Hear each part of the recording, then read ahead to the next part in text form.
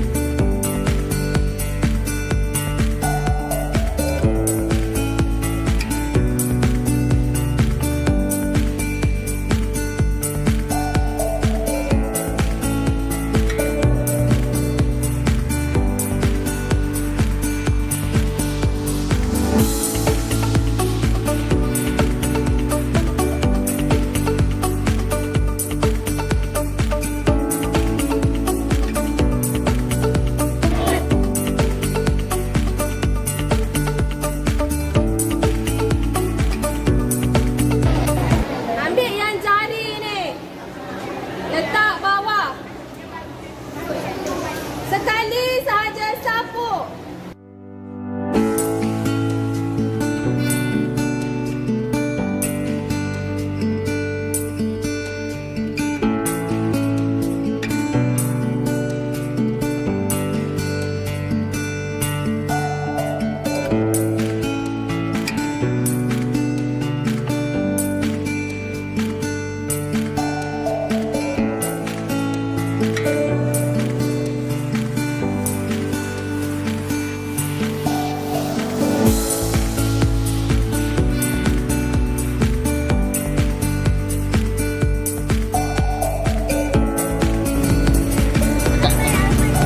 Macam ni.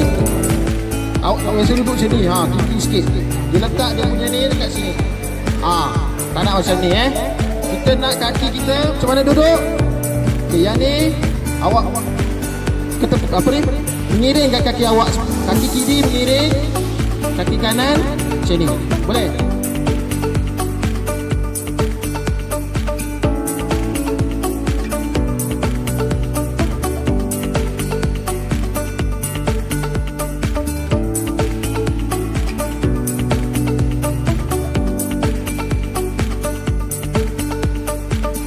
Nampaknya itu sahaja laporan dari saya.